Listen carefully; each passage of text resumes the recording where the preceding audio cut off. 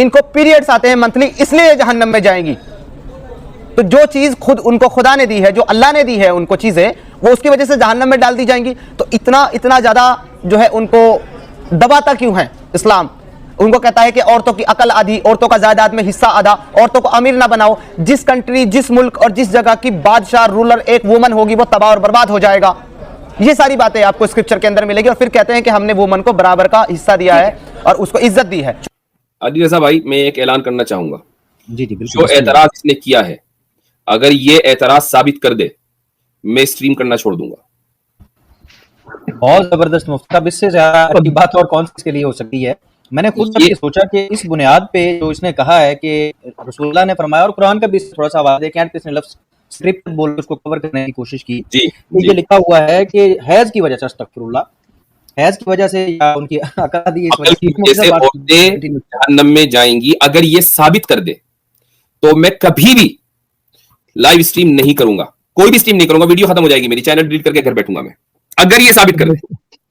مفتی صاحب دفاع کرے ہی چول کو، اس نے کیا ثابت کرنا ہے؟ آپ الحمدللہ اچھا کام کر رہے ہیں، کرتے رہیے. یہ تو چولے مارتا رہتا ہر دوسرے دن، آج کچھ چول مارے گا، کل کچھ چول مارے گا. دفاع کرے اس ذلیل شخص کو. سر ایک یہ حدیث یہ حدیث آ گئی ہے، تو اس حدیث کا میں ترجمہ کر دوں لوگوں کے سامنے. ویسے اس کی ضرورت نہیں ہے. یہ حدیث ہے، بخاری میں بھی ہے، مسلم میں بھی ہے. رسول اللہ صلی اللہ علیہ وسلم نے ایک موقع پر عورتوں میں خطاب کیا، تقریر کی، اور وہاں عورتوں سے کہا کہ یا معشر النساء تصدقنا، عورتوں زیادہ سے زیادہ صدقہ دو، تصدقنا، وَأَكْثِرْنَ مِنَ الْإِسْتِغْفَارِ، اور زیادہ سے زیادہ استغفار کرو. استغفر اللہ کہو، اپنے گناہوں کی معافی مانگو، استغفار کرو. کیوں؟ آگے کا فَإِنِّي رَأَيْتُكُنَّ أَكْثَرَ أَهْلِ النَّارِ، میں نے جہنم میں زیادہ تم لوگوں کو دیکھا، یعنی عورتوں کو دیکھا ہے، عورتوں کی تعداد زیادہ دیکھی ہے. تو ایک عورت نے کہا کہ یا رسول اللہ، ایک دم بیچ میں ایک عورت کھڑی ہوئی اور اس نے سوال کیا، یا رسول اللہ ہمارا کیا قصور ہے کہ ہم جہنم میں ہماری تعداد زیادہ ہوگی؟ یہ ہے وہ فریڈم آف ایکسپریشن. آج ذرا کسی مقرر کو بیچ میں کوئی روکے دکھائے. رسول اللہ صلی اللہ علیہ وسلم کو روکا ایک عورت نے اور کہا کہ کیا قصور ہے ہمارا، اور جینوئن سوال تھا.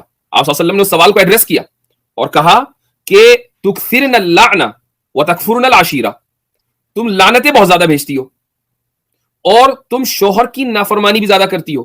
یعنی عورتیں، عام عورتوں کو کہا کہ عورتوں میں یہ بیماری زیادہ ہوتی ہے کہ شوہر کی نافرمانی، ناشکراپن.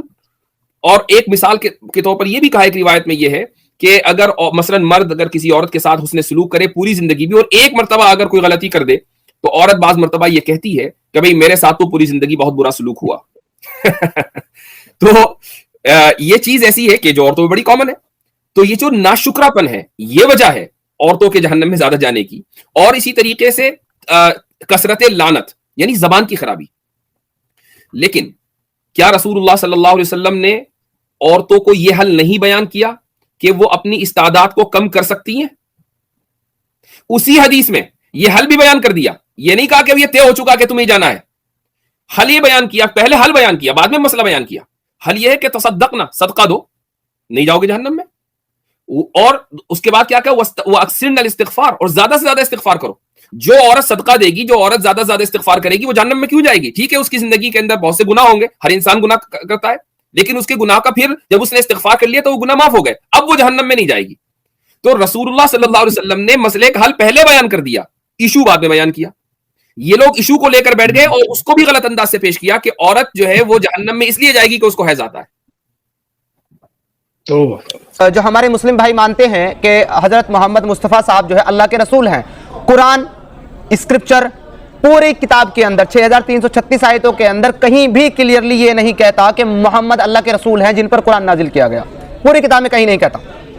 لیکن لوگوں کا ایمان ہے، لوگوں کا یقین ہے. اب یہ ایمان اور یہ یقین کہاں سے ہے جب آپ ثابت نہیں کر سکتے کہ محمد اللہ کے رسول ہیں؟ اگر کوئی یہ ثابت کر دے مجھے اسکرپچر سے کہ محمد اللہ کے رسول ہیں تو میں اسلام قبول کر لوں گا. اچھا علی بھائی، یہ سوال ان کا اپنا ہے یا کسی اور کا بنایا ہوا ہے؟ کسی اور کا بنایا ہوا.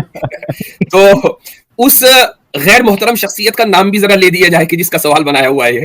جی یہ سچ والا جی کا بنایا ہوا سوال ہے، یہ سچ والا کا بنایا ہوا سوال ہے. تو اور یہ کہہ رہا ہے کہ میں نے اگر میرے اس سوال کا جواب دے دیا جائے تو میں اسلام قبول کر لوں گا. یہ وہ لوگ ہیں جو سوال بھی دوسرے سے چوری کر لیتے ہیں. یعنی ان کی خیانت دیکھیں، ایک دوسرے کے ڈاکے یہاں ڈالتے ہیں. یہ تو ایک مرتد دوسرے مرتد کے یہاں ڈاکہ ڈال کے اس کا سوال چوری کر کے لے آیا اور جا کر کہہ رہا ہے نیشنل ٹی وی کے اوپر کہ یہ میرا سوال ہے. بتائیے کس قدر خیانت ہے, کس قدر ظلم ہے. اوکے چلے خیر, یہ سوال میں نے سنبھال کے رکھا ہوا تھا اس کا جواب, اور یہ ذہن میں یہ تھا کہ سچ والے کا کبھی سامنا ہوگا تو اس کا جواب اس کے منہ پہ دیا جائے گا. وہ بیچارہ سامنے آنے سے اس نے توبہ وبہ کر لی ہے. ویسے تو توبہ کے کانسیپٹ پر وہ یقین رکھتا نہیں ہے, لیکن جب بات ہم سے مناظرے کی ہوتی ہے تو فوراً توبہ اس کو یاد آتی ہے, تو وہ تو توبہ کر کے غار میں بیٹھ چکا ہے. تو اب میں سوچتا ہوں کہ اس کا جواب دے دیا جائے. میں اس کا جواب کچھ اس طرح دیتا ہوں. اس سے پہلے تمہید کے طور پر میں ایک قانون آپ کو بیان کرنا چاہوں گا, اور یہ قانون ہے, اس کو کہتے ہیں ٹرانزیٹو لا. یہ فلسفی کا ایک قانون ہے. ٹرانزیٹو لا کا مطلب ہوتا ہے, آپ نے سنا ہوگا, اور یہ میتھ کے اندر بھی اپلائی ہوتا ہے, فلسفی میں بھی ہوتا ہے, if A equals B and B equals C then A equals C. تو اگر A اور B دونوں ایکول ہیں اور B اور C دونوں ایکول ہیں تو پھر A اور C بھی ایکول ہے. ٹھیک ہے, یہ ایک اس قانون کو ساری دنیا نے ایکسپٹ کیا. یہ ڈسپیوٹڈ لا نہیں ہے, یعنی یہ ایک ایسا لا ہے کہ جس کے اوپر ساری دنیا ایگری کرتی ہے. اس کو آپ ڈسپیوٹ کر ہی نہیں سکتے چونکہ یہ کامن سینس کے مطابق ہے. اگین اس کو ٹرانزیٹو لا کہتے ہیں, اور اس کی مثال ہے if A equals B, B equals C then A equals C.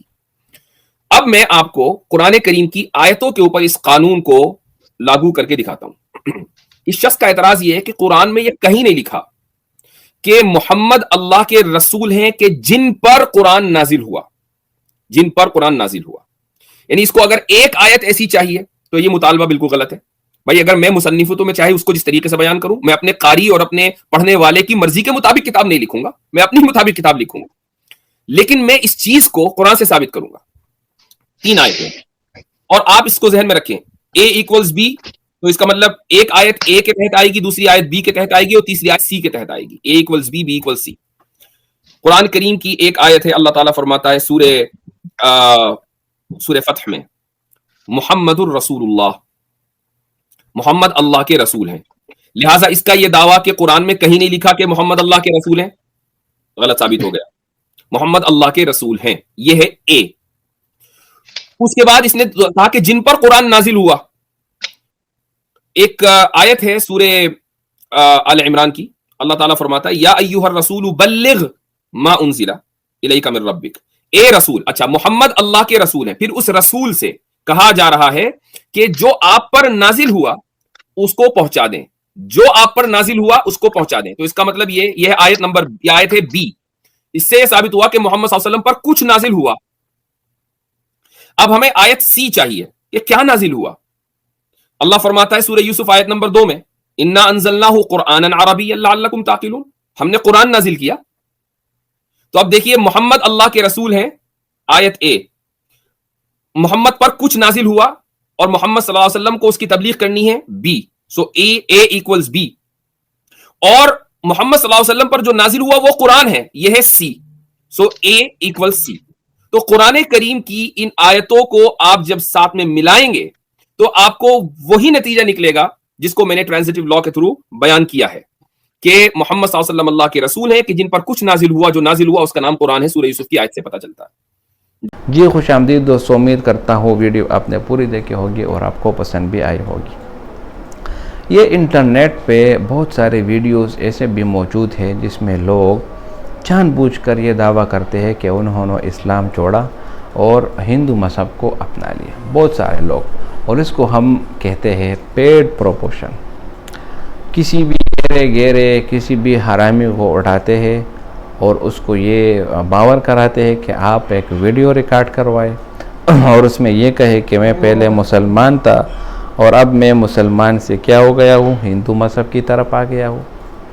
یہی نہیں بلکہ عیسائیت میں بھی آپ کو لوگ ملیں گے, بہت سارے عیسائی آپ کو ملیں گے جو کہیں گے کہ میں پہلے مسلمان تھا اور میں جو ہے نا مسلمان سے ہو کر واپس یہودیت کی طرف آیا ہوں یا واپس عیسائیت کی طرف آیا ہوں. اس کو ہم آسان لفظوں میں پیڈ پروموشن بولتے ہیں. اگر یقین نہ آئے اس بندے کو آپ سامنے لاؤ, فیس ٹو فیس لاؤ. ان سے میں صرف ایک یا دو سوالات اسلام کے متعلق کروں گا. اگر انہوں نے صحیح جواب دیا تو یقیناً ان کو پتہ ہوگا کہ واقعی میں یہ چیز جو ہے نا یہ اسلام ہے یا نہیں۔ تو یہ طریقہ بہت زیادہ پرانا ہو چکا ہے کہ کوئی بھی حرامی اٹھتا ہے اور یہاں پر جو ہے نا میڈیا پر آ کر کہتا ہے کہ میں مسلمان ہوں، میں مسلمان تھا اور میں نے اپنا مذہب چھوڑ دیا ہے وغیرہ وغیرہ۔ یہاں پر یہ ایک دوسری بات قابل غور ہے، وہ یہ ہے کہ اس کا اعتراض کیا ہے اس حرامی کا۔ یہ کہہ رہا ہے کہ اللہ تعالیٰ قرآن میں فرماتے ہیں کہ اگر اللہ چاہتا تو تمام لوگوں کو مسلمان پیدا کر لیتا، لیکن اللہ تعالیٰ چاہتا نہیں ہے کہ تمام مسلمان ہوں۔ یہاں پر ایک مس انڈرسٹینڈنگ لوگوں کے درمیان پیدا ہو جاتی ہے، اور یہی مس انڈرسٹینڈنگ کیا کرتے ہیں، لوگوں کو نقصان پہنچا دیتے ہیں۔ اللہ تعالیٰ قرآن میں فرماتے ہیں اِنَّا نَحْنُ نَزَّلْنَا الذِّكْرَ وَإِنَّا لَهُ لَحَافِظُونَ، ہم نے ہی اس قرآن کو نازل کیا اور ہم ہی اس کی حفاظت کریں گے۔ تو اس کا مطلب یہ ہے کہ قرآن کی حفاظت کی ذمہ داری اللہ تعالیٰ نے لی ہے، اور صرف اللہ تعالیٰ ہی اس کی کیا کریں گے، حفاظت کرے گی۔ تو بھائیو دوستو، قرآن اور اس کی حفاظت کی ذمہ داری وہ اللہ تعالیٰ نے لی ہے، اور اللہ تعالیٰ ہی اس قرآن کی حفاظت کرنے والے ہیں اور رہیں گے۔ تو یہاں پر جو یہ ویڈیو ہوا، یہ سوال ہوا، ایک بات قابل غور ہے، وہ یہ ہے کہ اللہ تعالیٰ نے انسان کو پیدا کیا، اور یہ جتنے بھی اچھائی اور برائیاں ہیں یہ بھی اللہ تعالیٰ نے پیدا کی، لیکن اس کا اختیار اللہ تعالیٰ نے مسلمان کو، انسان کو دیا، مسلمان نے انسان کو دیا۔ ہر انسان جب پیدا ہوتا ہے، بچہ ہوتا ہے، تو وہ اسلام کی فطرت پر پیدا ہوتا ہے۔ جس طرح رسول اللہ صلی اللہ علیہ وسلم فرماتے ہیں کل مولود یولد علی فطرت الاسلام، ہر ایک بچہ جب پیدا ہوتا ہے تو وہ اسلام کے فطرت پر پیدا ہوتا ہے، پھر اس کے ماں باپ اس کو یہودی، عیسائی اور نصرانی بنا دیتے ہیں۔ تو اسی طرح سے اللہ تعالیٰ نے جب انسان کو پیدا کیا تو اس کو فری ول دیا، فری اختیار دیا۔ ایک سیدھا راستہ ہے، جب آپ اس کی طرف جائیں گے تو یہ آپ کو جنت میں لے جائے گی۔ اس کے علاوہ یہ دوسرا راستہ ہے، یہ ٹیڑھا ہے، اگر آپ اس کی طرف جائیں گے تو یقیناً آپ جہنم کی طرف جائیں گے۔ یہ راستہ آسان بھی ہوگا۔ تو اختیار اللہ تعالیٰ نے آپ کو دے دیا ہے، آپ اگر چاہے تو صحیح راستہ بھی اختیار کر سکتے ہیں، اور اگر آپ چاہے تو غلط راستہ بھی اختیار کر سکتے ہیں، اور اس کا دار و مدار اور اس کا رزلٹ آپ کو قیامت کے دن ملے گا، اور پھر اس وقت آپ جواب دہ ہوگی۔ امید کرتا ہوں یہ ویڈیو آپ کو پسند آئی ہوگی۔ اگر ویڈیو آپ کو پسند آئے اس چینل کو سبسکرائب کریں۔ بہت شکریہ۔